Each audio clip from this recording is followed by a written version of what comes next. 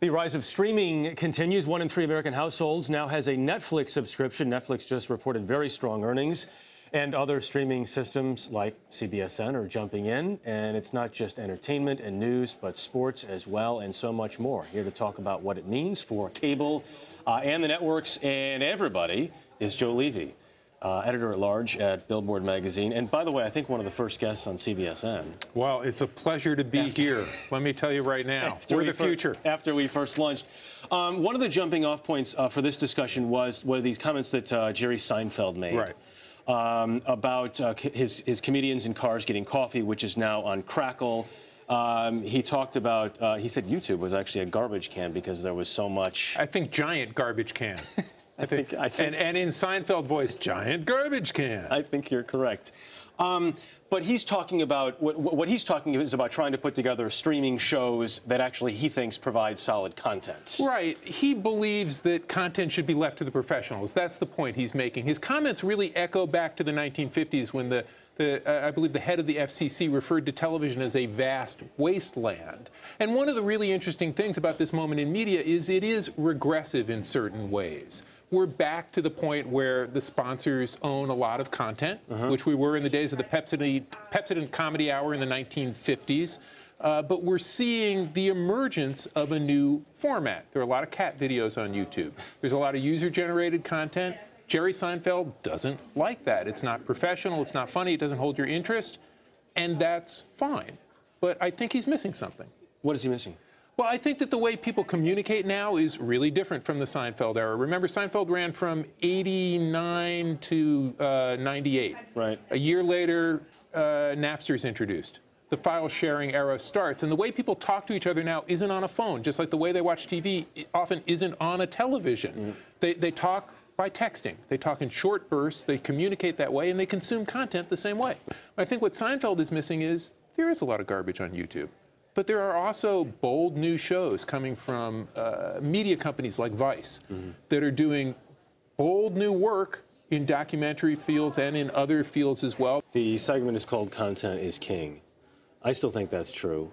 A lot of people think that's true. I like to believe it's true, and I'm not exactly sure it's true, and I'll tell you why. Whoever believes content is king doesn't watch as much cat videos as my wife does.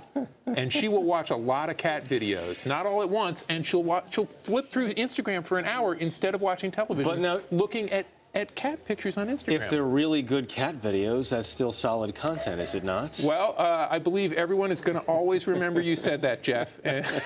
Always. I think there may be a T-shirt in your future with that on it.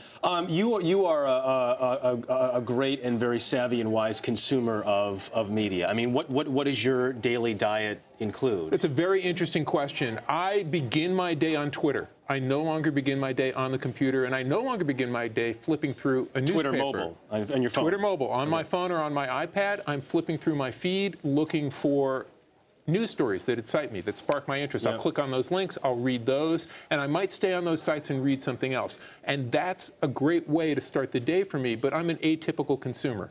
Most people don't use Twitter that way. I get content delivered to my inbox on my Gmail. I look at digests from 3 different companies, and that's literally how I start my day. And then sometimes I turn on the television and watch the news. But most people are going to start their day looking at Facebook, looking at what their friends are sharing, and the content they're going to see, they're not actively seeking it out the way I might be. They're just going to see what's filtering up through Facebook. What a friend is passed to a friend is passed to a friend.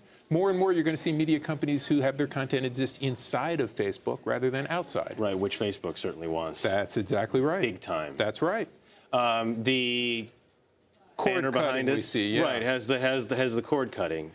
Cord cutting is very, very big right now. What that really means is that young consumers, millennials, want to watch content when they want to watch it, where they want to watch it. They don't necessarily want to have cable television. They don't want to have a lot of channels they're not interested in. They want things unbundled. And the truth is, except for live sports or live entertainment events, you can get almost anything you want, sometimes for free, not always legally, when you want to see it. So some unbundling takes place, likely, but it's not a full-on a la carte offering? I don't know. I think we're heading more towards an a la carte offering. It's why I think you're going to see media companies do exactly what Netflix has done. Netflix basically became the new HBO when they actually got people excited about Orange is the New Black and House of Cards. And HBO has to become the new Netflix. They have to push their app out so that you can buy it separately, you can pay them separately, and you don't have to pay a cable carrier, who shall remain nameless for this discussion, several $100s in order to access a small amount of content that you want, a couple of hours that you're interested in. Which HBO is doing, which Showtime is doing now. That's right. Over the top. That's right. Whatever else, how you want to do it. That's right. And it's because people have really grown up in this iTunes era, being able to find what they want when they want it. If they want to pay for a television show, they believe they should be able to go to iTunes and buy it. You know, there are a lot of kids who find the idea of what used to be called appointment television absolutely absurd. Crazy. I always love it when my son asks me to rewind live television, and you're at a hotel or someplace, or you're at the where you don't have the digital, don't have the DVR. And it's just, it is a completely different world. And you also talk to people whose children walk up to the TV and touch it like an iPad, try to move the image. Because again, that's where the brain is being rewired. That's where that idea of a new way of consuming and communicating comes into play. This is what people expect. This isn't what Jerry Seinfeld expects, but it's what everybody who is going to discover Seinfeld over the next 10 years, by the way, it doesn't matter to Jerry. Jerry's one of the richest men in television. But he still wants to stay relevant. If he wants people to continue watching comedians in cars getting coffee, he's going to have to learn how to talk to them in their language. Joe Levy, always fascinating discussion. Thank you very much, sir. Thank you.